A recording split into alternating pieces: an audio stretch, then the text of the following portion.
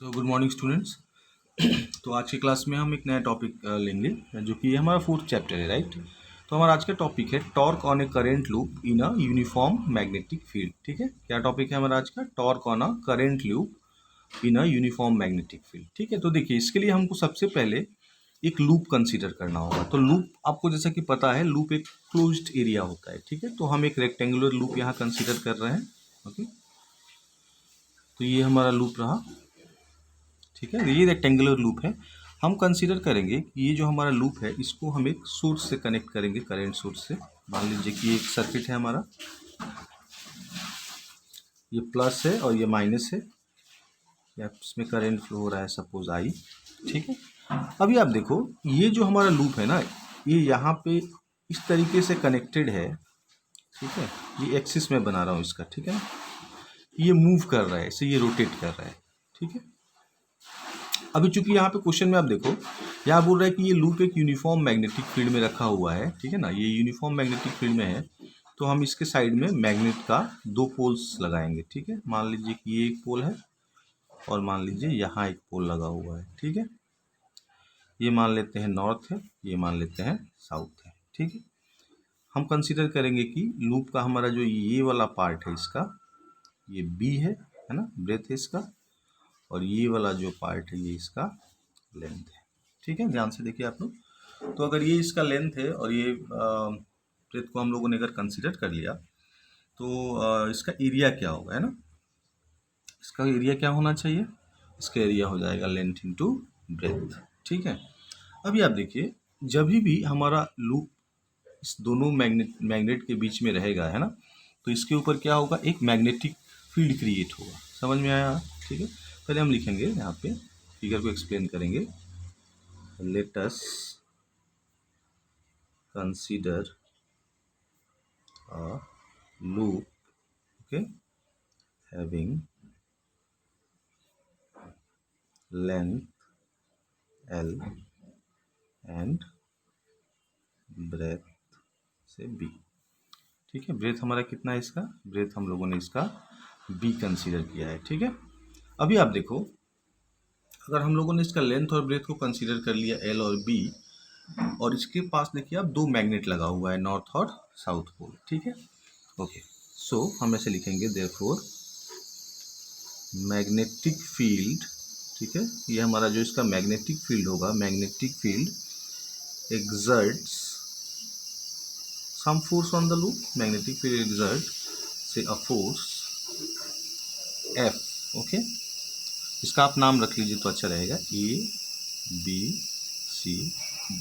ठीक है, तो इसके ऊपर मैग्नेटिक फील्ड एक फोर्स एक्सर्ट करेगा, magnetic field exert a force F। और देखिए आप ध्यान से, फोर्स का हम लोगों ने एक पहले फॉर्मूला डिराइव किया था, force equal to BIL sine theta. आप देखना लास्ट वीडियो में आपको मिलेगा।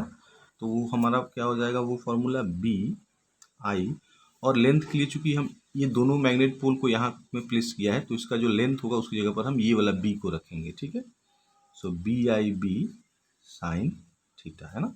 ये हमारा फॉर्मूला है, force equal to BIL sine theta. ये आप लोग देखना, मैंने डिराइव किया है पहले, है ना।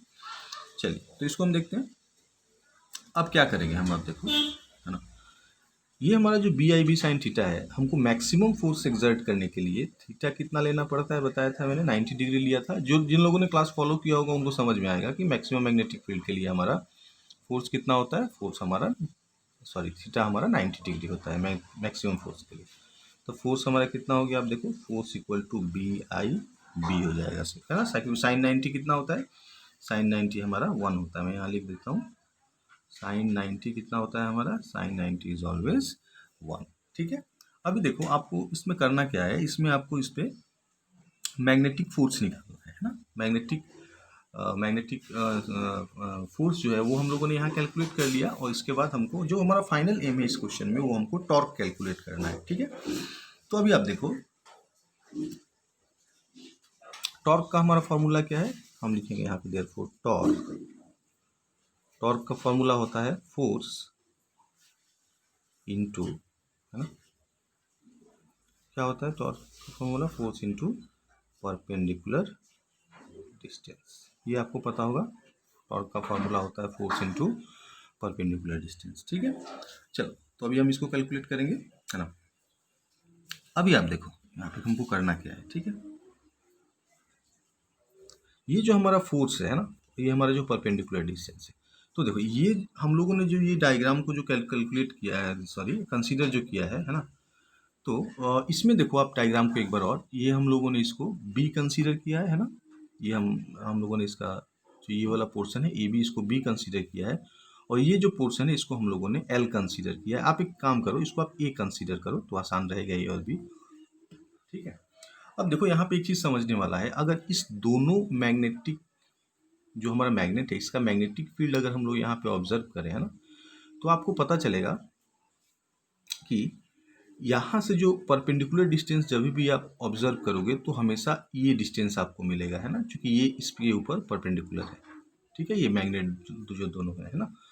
तो हमारा जो परपेंडिकुलर डिस्टेंस है वो क्या हो जाएगा, ये हमारा ए होगा, ठीक है ना, ये ए होगा हमारा, जो जिसको हम लोग पहले एल कंसीडर किया था, आप एल भी कंसीडर कर सकते हो, मैंने इसको ईजी करने के लिए ए कंसीडर किया है, ठीक है। और देखो आप ये जो हम लोगों ने यहाँ पे कंसीडर किया है मैग्नेटिक फील्ड, है ना, ये magnetic field exerts a force, तो यहाँ अपने लोगों ने फोर्स का वैल्यू निकाल लिया है, तो आपके पास अब फोर्स भी है और आपके पास अभी परपेंडिकुलर डिस्टेंस भी है जो हम लोगों ने ए कंसीडर किया है, अभी अभी मैंने आपको दिखाया ये वाला, ठीक है। तो हम क्या लिखेंगे, इसको हम लिखेंगे therefore B I B, force के जगह पर हम लोग रखेंगे और परपेंडिकुलर डिस्टेंस की जगह पर हम ए रखेंगे, है ना, तो क्या हो जाएगा ये बी आई और ये हो जाएगा आपका ए बी, है ना। आपको पता है लेंथ इंटू ब्रेथ क्या होता है, आपका हमेशा एरिया होता है, मैंने अभी स्टार्टिंग में भी बताया था, तो बी आई ये हो गया, है ना। तो ये हमारा जो इसका टॉर्क प्रोड्यूस हुआ, ये टॉर्क का सिंबल टाउ होता है, मैंने आपको क्लास 11 में भी बताया था पहले, है ना। ओके, देखते हैं इसको थोड़ा सा और इसको और एक्सपेंड करते हैं हम लोग, है ना। अभी आप देखो ये हम लोगों ने लिखा है बी आई ए, है ना। आप ध्यान से देखो एक चीज़, हम लोगों ने यहाँ पे साइन थीटा को मैक्सिमम के लिए इग्नोर कर दिया था, पाई/2 रख दिया था, तो अगर आप चाहो तो इस एक्सप्रेशन को यहाँ भी छोड़ सकते हो, ये हमारा कंप्लीट एक्सप्रेशन हो जाएगा, ओके।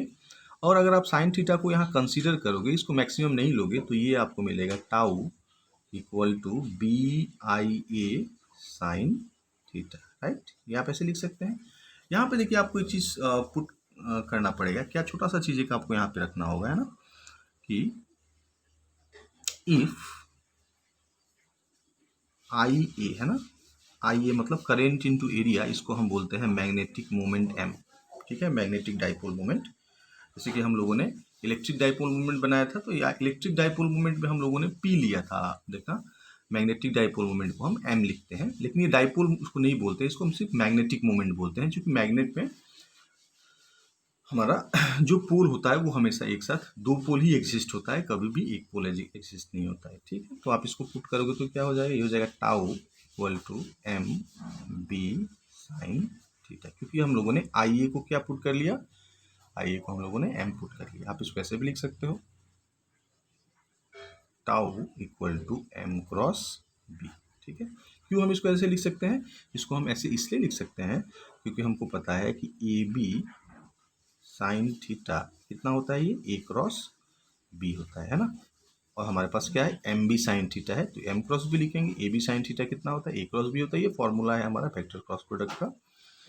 तो ये हमारा हो गया इसका कंप्लीट डेरिवेशन, ठीक है। ये एग्जाम के लिए थोड़ा इंपॉर्टेंट है, आप इसको थोड़ा अच्छा से देख लीजिए, ओके। चलिए हम आगे बढ़ते हैं और कुछ नेक्स्ट टॉपिक देखते हैं अपना। तो देखिए आज का हमारा जो नेक्स्ट टॉपिक है वो है सेकंड टॉपिक हमारा, आज का जो हमारा सेकंड टॉपिक है वो है magnetic dipole moment of a, sorry ये दिख नहीं रहा है यहाँ पे, magnetic dipole moment of a revolving electron, ठीक है, magnetic dipole moment of revolving electron, ठीक है। चलिए इसको हम देखते हैं, ये इंपॉर्टेंट है, ये लास्ट ईयर आया था 2020, लास्ट ईयर मतलब इसी साल आया था ये 2020, लास्ट क्वेश्चन पेपर जो हमारा इस साल का गया 2020 में, ये 3 मार्क्स का क्वेश्चन आया था। तो चलिए इसको हम देखते हैं और इसको हम थोड़ा सा जो हमको जनरल फार्मूला पहले से पता है हम उसी का यूज़ करेंगे, ठीक है। चलिए हम एक कंसीडर करते हैं कि हमारे पास ये एक एक्सिस है ये हम कंसीडर करेंगे कि इस सर्कुलर ऑर्बिट में हमारा इलेक्ट्रॉन मूव कर रहा है, ठीक है ना, और इसका जो रेडियस है, ओके, कंसीडर कीजिए आप, इसका रेडियस है स्मॉल आर, ठीक है, ध्यान से देखिए आप इसको, ओके। चलिए, तो देखिए आपको मैंने बताया था कि कभी भी हमारा सर्कुलर मोशन का जब भी केस होगा तो उसमें हम टाइम को क्या बोलते हैं, टाइम पीरियड बोलते हैं, है ना। तो यहाँ पे जब भी इलेक्ट्रॉन अपना एक कंप्लीट रेवोल्यूशन करेगा तो उसको हम टाइम पीरियड ही बोलेंगे, ओके। चलिए, तो हम यूज़ करते हैं, स्टार्ट करते हैं। तो हमारा एक फार्मूला है, हम लिखेंगे डायरेक्टली कि वी नो, ये फार्मूला आपको मैंने बताया पहले, ठीक है। क्या फार्मूला होता है भाई, फार्मूला होता है हमारा चार्ज, इसी चैप्टर में मैंने बताया आपको, charge equal to current into time. पता है आपको ये फार्मूला, इस फार्मूला का शॉर्ट फॉर्म क्या था, Q equal to I T, ठीक है, आपको याद होगा फर्स्ट चैप्टर में बताया था मैंने। अभी देखो, आप चार्ज के लिए हम लोग यहाँ इलेक्ट्रॉन का यूज़ कर रहे हैं तो स्मॉल ही लिखोगे आप, आई को आई लिखोगे, टाइम को टाइम पीरियड टी लिखेंगे हम, है ना। तो यहाँ से आप लिख सकते हो देयरफॉर करेंट आई, है ना, क्या हो जाएगा करेंट आई, करेंट आई हमारा कितना हो जाएगा, करेंट आई हो जाएगा हमारा ई बाई टी। देखो स्मॉल टी के लिए कैपिटल लिखा क्योंकि हमारा टाइम पीरियड हमको कैलकुलेट करना है, ओके। चलिए आगे बढ़ते हैं। अभी हम क्या करेंगे इसको, देखो इसको अभी हम, तो ठीक है, अभी देखिए आप, हमको पता है एक फॉर्मूला, स्पीड या वेलोसिटी, स्पीड इक्वल टू क्या होता है हमारा, डिस्टेंस, है ना, बाई टाइम, ठीक है। क्या करेंगे इसको हम, आप देखो ध्यान से, स्पीड या वेलोसिटी को हम क्या किससे लिखते हैं, सिंबल हमारा होता है वी, है ना। डिस्टेंस सर्कल में कितना होता है सर्कमफेरेंस, 2πr, ओके। और टाइम के लिए हम क्या लिख सकते हैं, टाइम पीरियड टी लिख सकते हैं, ठीक है, ये तो आपको पता होना चाहिए, ओके। चलिए, तो हम क्या करेंगे इसको, अभी आप देखो, इसको अभी हम क्या करेंगे, इसको हम यहाँ से हम टी का वैल्यू कैलकुलेट अगर करना चाहें तो हमको क्या मिल जाएगा, 2πr divided by we, right. आप ये इक्वेशन को इक्वेशन 1 कीजिए, ठीक है। और ये जो आपका टी का वैल्यू आप लोगों ने जो कैलकुलेट किया है यहाँ पे, इसको आप पुट कीजिए इक्वेशन 1 में, ठीक है।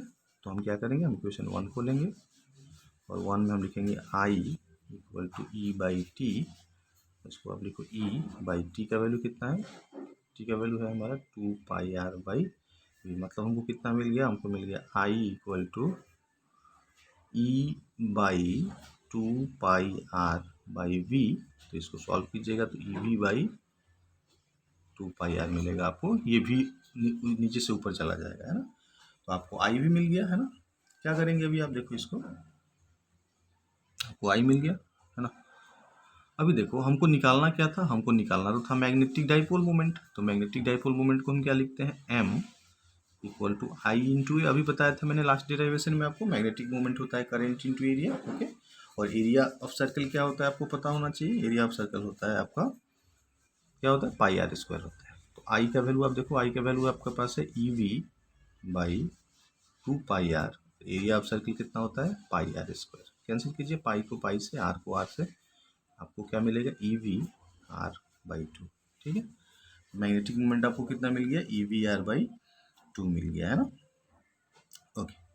चलिए, तो हम देखते हैं इसको, थोड़ा सा इसको हम चाहे तो और भी सिंप्लीफाई कर सकते हैं, है ना। ये तो हमारा फाइनल एक्सप्रेशन यहाँ मिल गया, इसको थोड़ा सा और हम सिंप्लीफाई करेंगे, ठीक है। तो इसको हम ऐसे लिख सकते हैं, M equal to small M E V R by twice of M, ये एम हमारा मास ऑफ इलेक्ट्रॉन है, इससे ऊपर मल्टीप्लाई किया नीचे डिवाइड किया तो इक्वेशन हमारा सेम ही रह गया। इसको आप ऐसे लिख सकते हो, ई को आप साइड में रख लो और इसको लिख सकते हो M V R by twice of M, लिख सकते हैं हम इसको ऐसे, डिवाइड और मल्टीप्लाई किया है ना। अभी देखो आप, एम वी आर जो होता है ये हमारा क्या होता है, एंगुलर मोमेंटम होता है, इसको हम एल से डिनोट करते हैं, तो इसको हम लिख सकते हैं ई एल बाई कितना, 2π sorry E L by twice of M, ठीक है। आप इसको ध्यान से देखना, हमारा ये कितना मिल गया, ये हमको मिल गया ई से E L by twice of M, okay. तो ये हमारा फाइनल एक्सप्रेशन हो गया, कितना मिला हमको, एम इक्वल टू मिल गया हमको E L by twice of M, ये हमारा फाइनल एक्सप्रेशन हो गया। आप इसको, ये वाला भी फाइनल है, कभी कभी ये इस फॉर्म में पूछता है, इसलिए मैंने आपको ये वाला फॉर्म भी बता दिया, ठीक है। चलिए, तो ये हमारा आज का सेकंड टॉपिक है। चलिए, इससे हम एक काम करते हैं, एक क्वेश्चन करते हैं अभी, ओके। इससे हमें क्वेश्चन करते हैं। तो क्वेश्चन मैं आपको डायरेक्टली यहाँ से करा देता हूँ, ठीक है, बुक से। चलिए, तो ये हमारा क्वेश्चन है। देखो आप क्वेश्चन नंबर 8 आप देखो, यहाँ दिया हुआ है कि an electron in hydrogen atom is moving with speed of this, means ये वेलोसिटी दिया हुआ है आपका या स्पीड दिया हुआ है, in an orbit of radius this Armstrong, calculate the magnetic moment of the revolving electron. Okay, same question है लास्ट वाला फॉर्मूला पे। तो आपको वेलोसिटी यहाँ से नोट आउट कर लीजिए। आप रेडियस आपको दिया हुआ है, तो ये रेडियस लिखा हुआ है। आर्मस्ट्रॉन्ग को आप मीटर में कन्वर्ट करोगे तो 10⁻⁻10 आ जाएगा। ओके, फिर हमको पता है current equal to charge by time period, ये फार्मूला आपको अभी अभी मैंने बताया। यहाँ से आप पहले करंट कैलकुलेट कर लीजिए, और करंट कैलकुलेट करने के बाद हमको पता है मैग्नेटिक मोमेंट हमारा कितना होता है। मैग्नेटिक मोमेंट हमारा होता है करंट इनटू एरिया, राइट। तो एरिया कितना है आपका, पाई आर स्क्वायर होता है एरिया सर्कल का, तो आई इंटू पाई आर स्क्वायर हो जाएगा। फिर आप वैल्यू पुट कर लो, रेडियस आपको दिया हुआ है, तो आपको ये आंसर मिल जाएगा, ठीक है। तो इस टाइप से ये काफ़ी सिंपल क्वेश्चंस एग्जाम में पूछे जाते हैं कभी कभी। ये आप इसको प्रैक्टिस करो। और एक बात है, आज से आप लोगों का डाउट क्लियरिंग क्लास स्टार्ट हो रहा है, तो मैं ऐसा आशा कर रहा हूँ कि आप लोग सभी आओगे डाउट पूछने, ठीक है। लेकिन डाउट आप तभी पूछोगे जब आप पुराना वीडियोस को देखोगे, ठीक है। तो आप वीडियोस को अच्छा से ऑब्जर्व कीजिए, और हम लोग फिर नेक्स्ट क्लास में कुछ आगे का टॉपिक करेंगे। Okay, thank you.